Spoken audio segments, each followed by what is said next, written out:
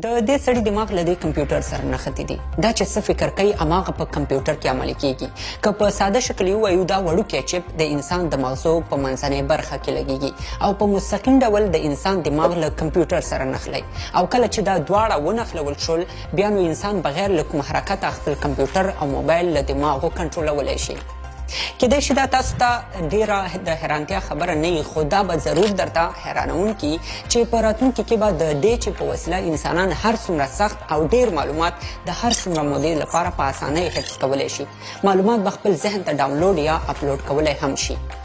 د همدې چپ په وسیله به انسانان خپل یاداشتونه او معلومات کمپیوټر ته انتقالولی شي. حتی خپله حافظه به هم یو روبوټ ته ورکولی شي. د دې چپ له ایجاد سره سم د ملګرو ملتونو ادارې یو لوی تشویش دا ښودلی و چې که چیرته د نیورالینک دا چپ نور هم پرمختګ وکړي نو دا به د هیکرانو لپاره اسانه لاره چې د خلکو په خیالاتو سوچونو او حتی خوبونو باندې هم پوه شي چې دا به د انسان لپاره لویه صدمه وي. خو د نیورالینک دا چپ اصلا دی څه شی؟ اول د انساني ژوند په تاریخ کې د یو انقلابي ایجاد په نظر ورته کتل کیږي. راځئ نن په دې ویډیو کې ټول اړخونه وڅېړو او ځان په دې پوه کړو چې دا شی ولې مهم دی. What Neuralink is and what the goal of it is. We put a chip in your brain to control your mind. Yeah. دا د نیورالینک کمپنۍ لخوا د بی سی آی یا برین کمپیوټر انټرفیس په نوم جوړ شوی سیستم دی چې له مخې یو چپ د انسان په سر کې ایښودل کیږي او له همدې لارې دماغ له کمپیوټر سره وصلېږي. په اصل کې بی سی آی یوه داسې ټکنالوژي ده چې زموږ په دماغو کې جوړېدونکي سیګنالونه رانیسي، په هغې ځان پوه کوي او بیا هغه د کمپیوټر په ژبه یا باینري کوډونو باندې ترجمه کوي. مثلا موږ په کمپیوټر کې یو گیم کوو او دا گیم له کیبورډ او ماوس نه په استفادې کوو خو اوس د دې ټکنالوژۍ په وسیله کیبورډ او ماوس ته ضرورت نه پیښیږي. که یو چا دا چپ لګولی د خپل ذهن له لارې په کمپیوټر کې گیم کولی شي. په دماغو کې چې کوم تصور کوي یا حرکات کوي هماغه په کمپیوټر کې ترسره کیږي. په دې سیستم ډیرو کمپنیو کار کړی دی خو په هغوی کې باید یو مشکل نه یو مشکل را پیدا کېده خو دا ځل د نیورالینک په نوم کمپنۍ په دې باندې جدي کار شروع کړ. نیورالینک د ایلن ماسک کمپنۍ ده. ایلن ماسک ویلي چې هغه غواړي د نیورالینک له لارې د انسان دماغ له ټکنالوژۍ او په خاص ډول له آرټیفیشل انټلیجنس سره ونښلي او د انسان دماغي قوت سوچنده زیات کړي.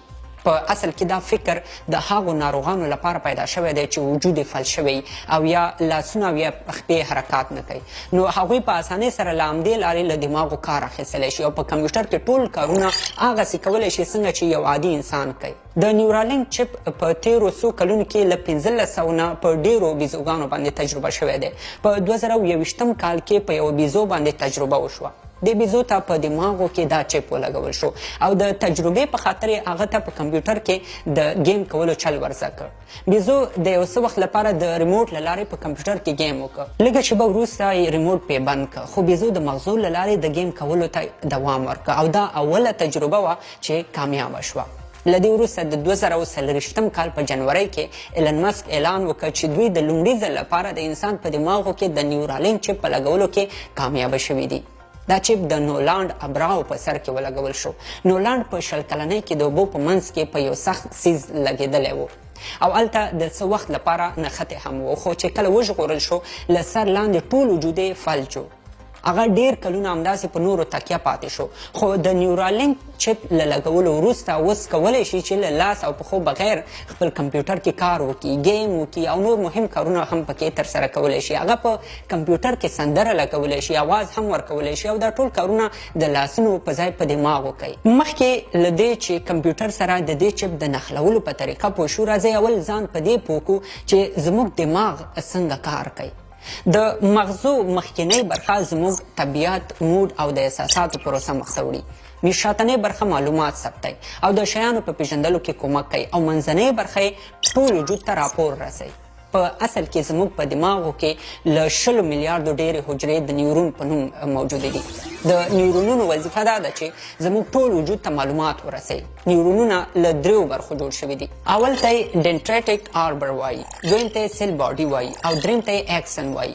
دا نیورونونه له یو بل سره تر نښلېدو وروسته په یو لوی شبکې بدلیږي. نورونونه معلومات راخلي او د کیمیکلي سیګنل په وسیله یې د وجود نورو برخو ته رسوي.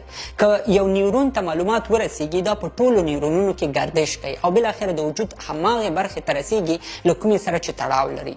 د یو شي په اړه فکر کول، حرکت کول، پلان نیول، د یو څه اورېدل ټول په همدې الکترونیکي سیګنالونو کې ثبتیږي. که تاسو وږي یاستئ د همدې نیورونونو په وسیله له یو نه بل ته سیګنالونه لیږدول کیږي او بالاخره تاسو پوهیږئ چې لوږې نیولي یاستئ. په اصل کې دا معلومات د برېښنا په شکل چې اکشن پوټنشل هم ورته وایي له یو نیورون نه بل نیورون ته په شدت سره انتقالیږي او همدا اکشن پوټنشل هغه برېښنایي کرنټ دی چې متخصصینو معلومه کړې چې د یوې الکترونیکي آلې په وسیله کنټرولېدی شي. که دې برېښنایي کرنټ ته یو ډیوایس کېښودل شي په اسانۍ سره دلته راتلونکي معلومات ثبتېدی شي. نو که د نیورالینک چپ همدلته کېښودل شي دا سیګنل په اسانۍ سره راخیستلی شي. بیا دا سیګنالونه په باینري کوډونو بدلیږي چې د کمپیوټر ژبه ګڼل کېږي او وروسته د بلوتوت له لارې له دماغو نه کمپیوټر ته انتقالیږي او دا چپ په همدې ترتیب کار کوي. د نیورالینک کمپنۍ دا ډیوایسونه د دوو اهدافو لپاره په دوو شکلونو جوړ کړي دي. یو ته یې بلایند سایټ وایي چې د ړندو خلکو لپاره جوړیږي. مثلا یو شخص په سترګو لیدل نشي کولی، یوه جوړه عینکې چې کمرې ولري ورته په سترګو کیږي. د همدې کمرې په وسیله به د مخامخ ځایونو ریکارډ کیږي او د بلوتوت له لارې به په دماغو کې لګول شوي چپ ته رسیږي. له دې سره به انسان د مخامخ ځایونو تصویرونه په دماغو کې محسوسوي او د سترګو کار به ترې اخلي. دویم ته یې ټلیپیتي وایي او دا هماغه ډیوایس دی چې تر اوسه یو انسان ته لګېدلی دی. دا چپ په څلورو برخو ویشل شوی دی. اوله برخه یې له ځانګړو موادو جوړه شوې چې پوښ ورته وایي او دا په دې خاطر جوړه شوې چې د چپ له وجې دماغو ته رسیدونکي نقصانات له منځه یوسي. دویمه برخه یې بیټري ده چې د وایرلیس چارجر په وسیله چارجیږي. دریمه برخه یې چپ دی او څلورمه برخه یې د چپ او دماغو نښلونکي تارونه دي. په ټول چپ کې له 300 نه هم ډېر برېښنایي تارونه او الکترونیکي وسایل په ځای شوي دي. د دې چپ د ایښودلو اوله مرحله انسان مخ ته وړي او دویمه مرحله د ماشیني روبوټ په وسیله کیږي. مثلا اول د انسان په سر کې هغه ساحه باید معلومه شي چې کوم ځای کې دا چپ لګیږي. کله چې ساحه معلومه شوه د یو لاسي ساعت په اندازه باید دا ساحه وشکول شي. ورپسې هغه پوښ هم لرې کیږي چې د مغزو له پاسه پروت وي. کله چې مغزه راښکاره شي بیا نو د ماشیني روبوټ کار شروع کیږي او دا په دې خاطر چې د چپ تارونه د انسان له ویښتانو هم 20 چنده زیات نازکه دي او انسانان دا له دماغو سره نشي وصلولی. په همدې خاطر له روبوټ نه کار اخیستل کیږي. دا ټوله پروسه څو ساعتونه وخت نیسي او کله چې چپ کېښودل شي د انسان دماغ په مستقیم ډول له کمپیوټر سره وصلېږي. نو په اخره کې دا ویلی شو چې د دې ډیوایس دا لومړنی سیریز دی.